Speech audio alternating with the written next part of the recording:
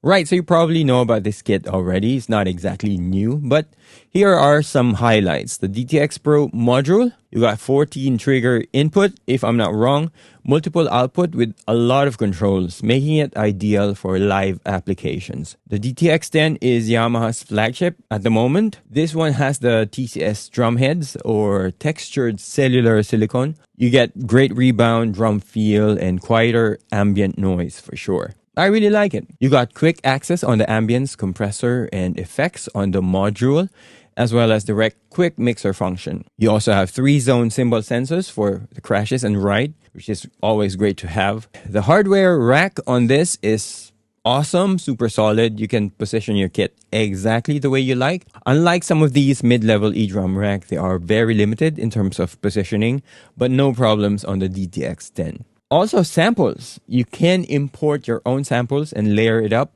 to 4 sounds per drum pad. That opens up a lot of creative possibilities. I wasn't able to try that, but that would be really fun. Okay, on to my favorite things about this kit. It's super fun to play. Some of you might prefer mesh heads. I used to be mesh heads only guy, but then the TCS is fantastic. Of course, will come down to personal preference. Here's the thing. For those of you who have been here since the beginning, you would know I have done some A to E drums conversion, and I really love the triple ply mesh from DrumTech. They are expensive, but those felt really good. There are trade-offs with mesh heads. The better they feel, the louder they are. Thicker mesh felt much closer to acoustic heads, but they produce more noise. I would not say TCS is superior to mesh heads in terms of playing feel. That's going to depend on your preference, but they are much quieter for sure. Another thing I would say, coming from my experience with A2E, I understand that in the long run, you're going to have to do some maintenance because the sensitivity and accuracy eventually fades. They will deteriorate